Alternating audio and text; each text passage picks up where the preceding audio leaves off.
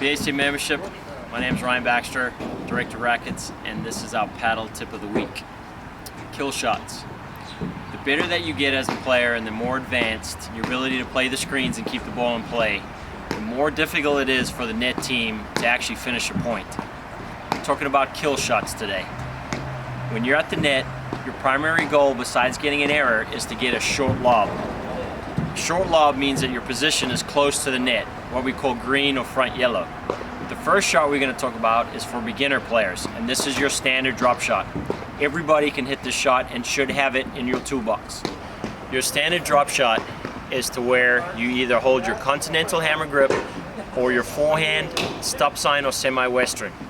This is played where you sit up in your volley position, you transition to your overhead, and then from here you let that ball hit flush on your paddle, making contact between 6 and 12 o'clock, and you're just looking to hit it right on your paddle, moving the paddle about no more than 6 inches.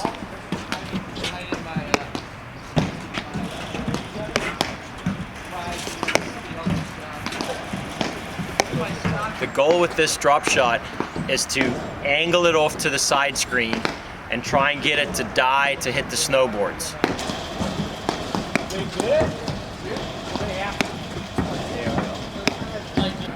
The second one here is for intermediate players, and this is your rollers. This is essentially a forehand drive like a normal shot you would hit off a bounce, but you play this out the air. The key to this shot is that your point of contact needs to essentially be between your waist and your chest, slightly above the net.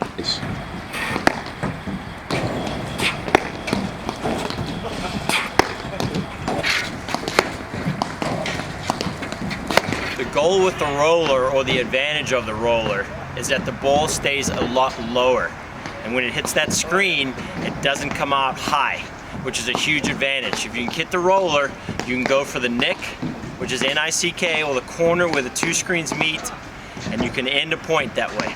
The last one is the slash. Now the slash overhead is known as the flashiest overhead. This is the one that gets the oohs and ahs from people. The key to this is that your preparation has to be great, and where you strike the ball is very, very important. But your paddle setup needs to be very consistent. The key to this slash is that there's 2 points of contact, and there's 2 variations of this shot. The first is a slash that hits where you hit shoulder height, and I'm hitting between 6 and 3 o'clock on the ball to get the ball to spin directly to your left-hand side.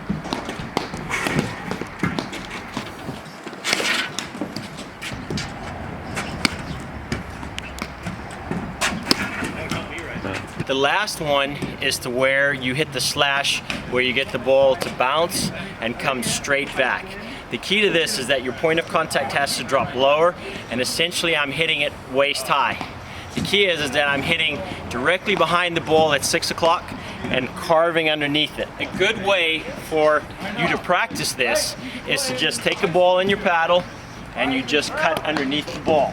What you're trying to do is get that ball to spin and bounce back. So what I'm doing is I'm coming through with a flat paddle and I'm brushing very gently with that ball. You can see how that ball starts coming back. So point of contact and then coming back.